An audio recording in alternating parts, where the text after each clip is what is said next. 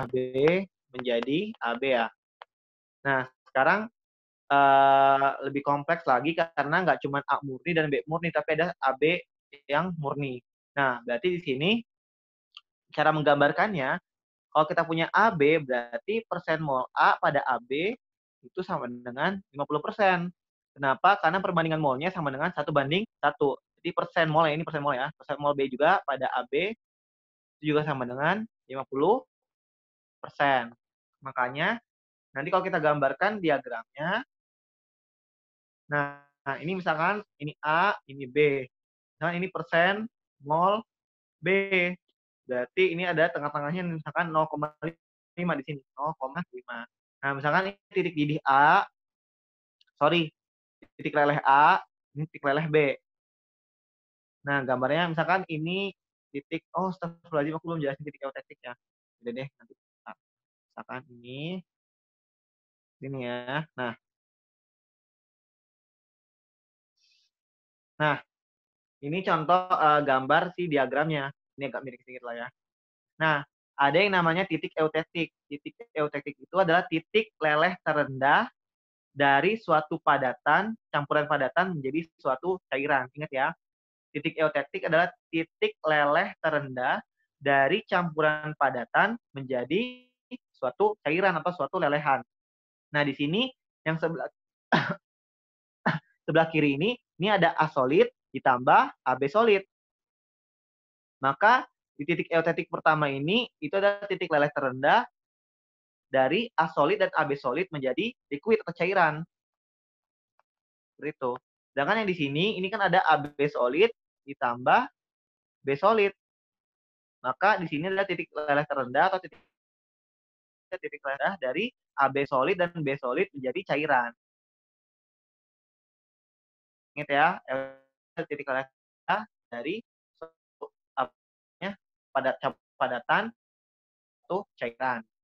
Nah, sedangkan titik leleh yang tengah-tengah sini ini disebut sebagai titik leleh kongruen. Titik leleh kongruen. Nah, maksudnya apa sih? Nah, ini ada yang nanya, kenapa sih Kak titik leleh dari AB itu tengah-tengah sini? Nah, sebenarnya diagram ini itu merupakan campuran dari dua diagram, yakni diagram A dan AB dan diagram AB dan B. Kalau teman-teman perhatikan ya, ini aku hapus ya. Jadi ini merupakan campuran dari dua diagram. Nah, kalau misalkan diagram ini kan pertama ya, ini diagram kedua misalkan ya. Ini kan misalkan diagram A, AB. Nah, ini kan apa? Ini A murni, ini AB murni kan? Ya, ya enggak? Ini kan ya titik lelehnya kan ya? Ini titik leleh AB murni, titik leleh murni. Yang kiri A murni, yang kanan yang warna biru, titik leleh AB murni. Nah, sekarang kalau kita gambarkan yang sebelah kanan, ini kan ya misalkan gini, set, set, gini, gini misalkan. Nah, berarti nanti yang kiri ini tetap sama AB murni, karena ini adalah AB sama B, ini AB, ini B, sedangkan yang kanan ini adalah si B murni. Makanya kalau kita gabungkan, tengah-tengahnya ini, yang tengah-tengah ini merupakan titik leleh AB. Jadi kalau misalnya di soal-soal, AB meleleh secara kongruen pada titik leleh 700 derajat. Berarti puncak ini adalah 700 derajat Celcius. Nah, kongruen itu maksudnya apa? Kongruen itu maksudnya adalah si AB ini stabil dalam bentuk padatan dan juga cairannya. Jadi AB berubah menjadi padatan dan cairannya. Jadi gitu. Jadi dari cairan menjadi AB padat. Jadi dia stabil. Itu apa namanya? Definisi yang kongruennya. Kalau misalkan ini dua campuran, kalau misalkan tiga campuran, misalkan nih, ini udah ya. Misalkan kita punya A tambah B menjadi AB. Sudah lagi nih, misalkan AB juga bereaksi atau A tambah 2B jadi AB2 misalkan ya.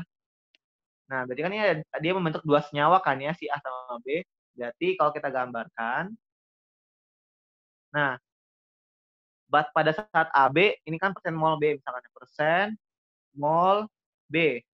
Nah, pada saat AB, berarti persen mol B-nya 50%.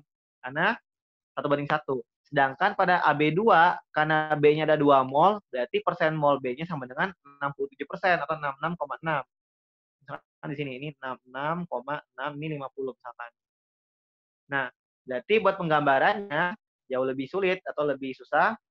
Berarti misalkan ini A ya, ini titik leleh A murni, ini titik leleh B murni misalkan.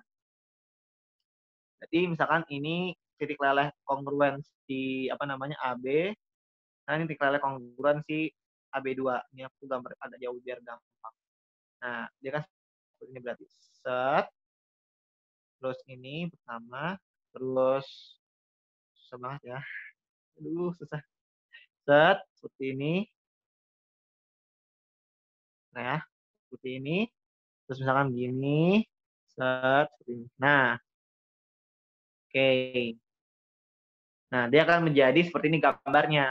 Nah, ini adalah A solid plus AB solid. Ini adalah AB solid plus AB2 solid. Ini adalah AB2 solid plus B solid. Ini adalah cairan. Ini adalah A solid. Aduh, susah sih nggak boleh ya. A solid plus liquid. Ini adalah AB solid plus liquid. Ini adalah ini juga sama. Ini AB solid plus liquid. Yang ini adalah gimana ya gambar? Nah, ini di sini. Ini adalah AB2 solid plus liquid dan yang terakhir ini adalah ini sama ya. Yang ini adalah B solid plus liquid gitu ya. Jadi itu adalah fasa-fasa yang ada pada setiap masing-masing daerah. Nah, sekarang gimana cara nentuin derajat kebebasan? Sama aja teman-teman, cara menentukan derajat kebebasannya. Kalau emang dia satu fasa, berarti F-nya sama dengan 2. Kalau dia 2 fasa, F-nya sama dengan 1. Kalau dia 3 fasa, F-nya sama dengan 0. Nah, yang F-nya sama dengan 0 itu cuma ada di titik eutektik. Ini berarti titik eutektik 1, ini S1, ini titik eutektik 2, yang ini, sini ya. Ini eutektik 2, ini eutektik yang 3. Nah, pada titik eutektik kan ada 3 fasa, maka dia bentuk F sama dengan 0. Sedangkan pada yang di garis-garis itu kan ada 2 fasa, maka F sama dengan 1. Sedangkan pada daerah yang luas, ini kayak A solid, B solid, ini kan satu fasa mereka. Cairan juga satu fasa. Satu fasa, maka dia F sama dengan 2. Gitu. Ada yang mau tanyain dulu nggak teman-teman sampai sini? Kayaknya aku ini deh, jelek banget jelasinnya. Maaf ya teman-teman ya. Udah lama nggak belajar enak. Tapi overall seperti itu. Kamu mau nanya, Kak? Oh iya, boleh.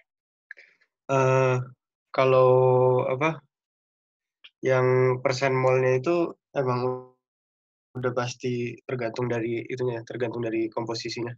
Kayak A plus 2B jadi AB2 jadi saat persen B-nya 66,6% gitu, ada batas lagi gitu ya. Oke. Nah, teman-teman perlu memperhatikan sumbu X-nya. Nggak selamanya diagram solid-solid ini persen mol. Kalau misalkan persen mol, benar tadi yang kata Givara, bahwa jumlah persen mol B-nya itu bergantung pada senyawanya seperti apa. Misalkan, senyawanya adalah ZnCl2. Berarti kan persen mol Zn-nya kan 1/3 kan, sedangkan persen mol Cl-nya 2/3. Nah, itu berarti Zn-nya 33%, Cl-nya 66%. Itu kalau misalkan ZnCl2. Itu persen mol. Nah, hati-hati kalau misalkan persen massa. Kalau persen massa nggak boleh pakai yang kayak tadi. Kenapa? Karena massa atom dari A sama B kan berbeda. Makanya nggak linear kayak tadi. Kebayang nggak? Kalau ini kan kita ngomongin persen mol kan. Otomatis kita ngomongin perbandingan mol A dalam AB dan B dalam AB. Karena dia sama-sama AB, berarti 1:1 perbandingan molnya. Berarti titik lelehnya itu terjadi saat B sama dengan 50%. Kebayang nggak maksudnya? Jadi komposisi B pada AB itu kan adalah 50%. Berarti kita gambarkan di sini. Sedangkan kalau misalkan persen massa, belum tentu persen massa sama dengan 50%. Kebayang nggak bedanya? Untuk menjawab, apa tidak menjawab? Oke, Kak. Bayang. Oh, iya. Jadi misalkan kalau aku Masih. punya AB3, AB3 misalkan AB3. Berarti kalau AB3, Kalau kita mau gambarkan titik leleh kongruennya itu saat persen B sama dengan 75%, karena 3/4. Kebayang lah ya, berarti itu contoh untuk menggambarkan si diagram solid-solid ini. Sebenarnya secara umumnya seperti ini. Nah, tinggal kalau di soal itu kan biasanya kan banyak wacana gitu kan, banyak penjelasan kayak senyawa AB2 meleleh secara komponen pada saat geosida. Jadi kan pelan-pelan aja gambarnya kayak, oh ya 700 di mana ya? 700 ini misalkan, titik-titik dulu. Terus misalkan eutektik pertamanya 500. Pelan-pelan dulu gambar. Eutektik keduanya sekian, ketiga sekian. Seperti itu. Oke. Dari awal ada yang mau bertanya nggak kira-kira dari hukum Raoult sampai mungkin di diagram fase 2 solid, komponen solid kayak yang sekarang. Itu sih untuk materi hari ini. Gak apa kok ada yang mau nanya kok, jadi insya Allah aku jawab. Nah, mungkin tadi penjelasan aku mungkin kurang jelas dan kurang lengkap, jadi mungkin ada yang masih bingung atau ada yang gimana. Intinya pokoknya kan tadi aku bahas banyak level rule ya. Level rule itu intinya untuk menentukan komposisi dari dua fasa yang berbeda. Jadi misalkan liquid gas, level rule itu gunanya untuk menentukan jumlah fasa liquid dan jumlah fasa gas. Kalau misalkan tadi padatan, berarti fungsinya untuk menentukan jumlah padatan. Kalau misalkan cair-cair, tadi fungsinya untuk menentukan cairan dalam B dan cairan B dalam A. Itu gunanya level rule, makanya penting banget sebenarnya si level rule ini. Oke. Nah, aku tunggu ya 1 menit lagi. Ada yang mau bertanya nggak kira-kira? Santai banget, bisa di chat, bisa di open mic.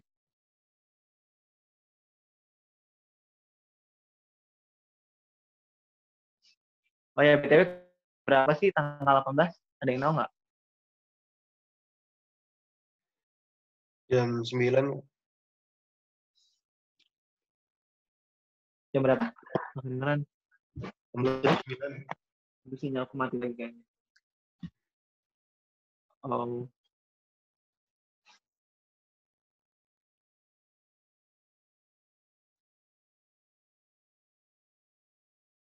Oh, jam 9. Lewat ininya udah tahu belum siapa namanya, platformnya lewat apa gitu?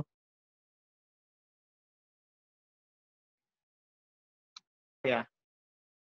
Menyusul katanya dikasih tahu. Oke, nggak apa-apa kalau belum.